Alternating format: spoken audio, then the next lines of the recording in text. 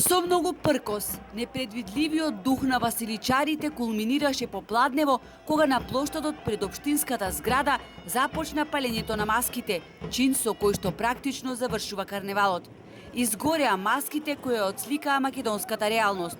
Огнот ја стопи енергетската криза, криминалот, корупцијата, францускиот предлог, комплицираниот влез на земја во Европската Унија, а ги зафати и партиските вработувања, како и нереализираните децениски проекти.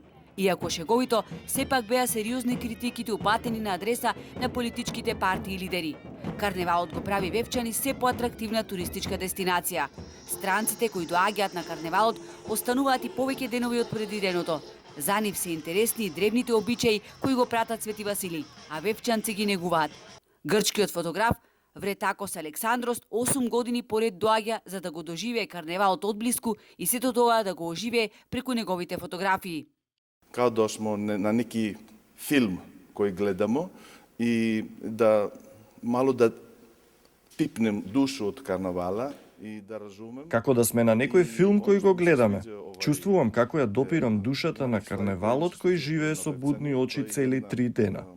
Она што ми се допаѓа во Вевчани е автентичноста која е тешко да се задржи во оваа ера на променлив свет.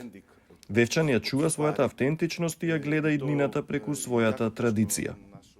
За Вевчанскиот карневал, кој надалеку ја прочу најмалобројната општина во Македонија, слушнала и 13-годишната Ана, која со своите родители пребегала од завојуваната Украина и сега живее во Охрид. Да, заврши војна побрзо, Русија бед, Русија е лоша. Слава Украини! Убаво ти овде? Да, убаво. Како се чувствуваш на карневалот? А? На карневалот како? Убаво, многу убаво на карнавалот. Најстарата карневалска традиција кај нас е карактеристична по уникатните маски кои се држат во тајност и непредвидливиот креативен дух на василичарите. Откако постои Вевчани, оттогаш постои карневалот. Има пишани информации кои тоа го утврдуваат, но се верува дека е стар колку и самото село Вевчани. Но има археолошки податоци кои упатуваат и на старост дури до 2200 години. Така што ова е долговековна традиција која Вевчани ја задржало, онака како што секогаш се славела.